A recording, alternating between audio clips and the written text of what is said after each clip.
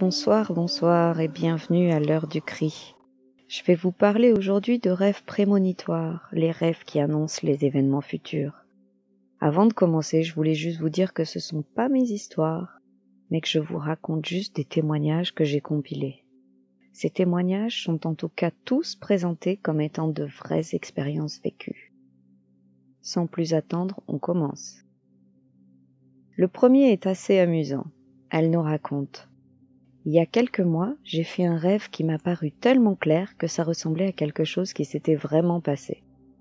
C'était tellement bizarre que j'ai demandé à mon copain: est-ce que quelqu'un s'est moqué de toi en passant en voiture?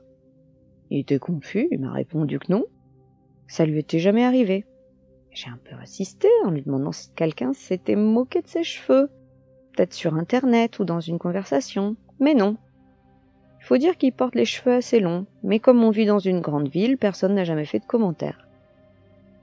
Une semaine plus tard, on se baladait un soir au parc, et une voiture qui passait près de nous a ralenti, et deux gars lui ont crié « Va chez le coiffeur !» C'était exactement comme dans mon rêve. Alors d'après mes recherches, c'est vrai que beaucoup de rêves prémonitoires sont assez communs sur des petites choses de la vie de tous les jours. Presque inutile, on se demande un peu pourquoi. Le suivant est un peu plus sombre.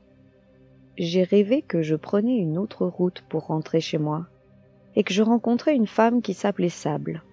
En finlandais, ça veut dire noir ou habit de funérailles. Il faut dire que ma famille a des origines finlandaises. Ce jour-là, j'ai eu un accident sur l'autoroute qui aurait pu m'être fatal. C'est sûr que ça aurait pu être un peu plus clair comme message, pas forcément facile de déchiffrer ça avant l'accident. Le prochain est plutôt morbide. L'année dernière, vers février, j'ai rêvé que ma meilleure amie m'appelait pour me dire que quelqu'un de sa famille venait de décéder. Plus tard dans la semaine, elle m'a envoyé un texto. Elle me disait qu'ils allaient dans la famille de sa mère parce que son grand-père était mort. Quand je lui ai raconté mon rêve, elle était choquée. Je sais pas si c'est une bonne idée de raconter ce genre de truc. Bon, moi, je pourrais pas m'en empêcher, je dois avouer. Sinon, il y a aussi pas mal de gens qui rêvent de grosses catastrophes. Ils font des rêves prémonitoires qui leur sont pas directement dédiés, mais qui touchent une large partie de la population, comme celui-là. Dans les années 90, je vivais dans une maison près de la côte. J'ai rêvé que j'entendais un avion. Je vais pour regarder près de la fenêtre, et je vois un énorme avion proche de la surface de l'eau qui perdait de l'altitude rapidement. Quand il a touché l'eau, il s'est désintégré en milliers de pièces. Le rêve a alors changé. J'étais debout dans un bateau.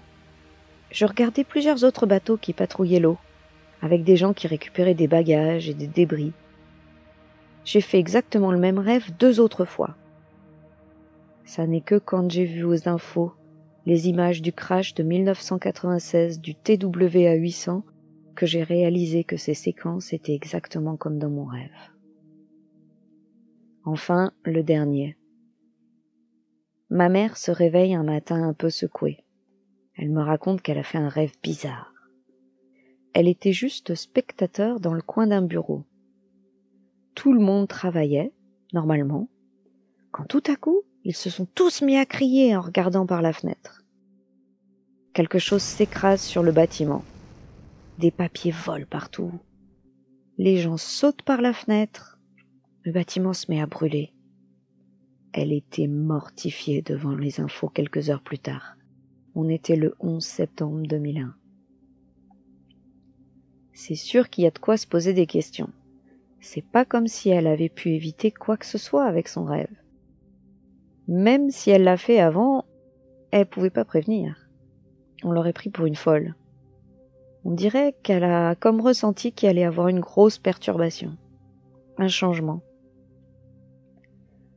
Allez, c'est tout pour aujourd'hui. J'espère que ça vous a plu, c'était ma toute première vidéo. Alors n'hésitez pas à me laisser un commentaire pour me raconter vos rêves ou ce que vous avez pensé de la vidéo. Et je vous retrouve très bientôt.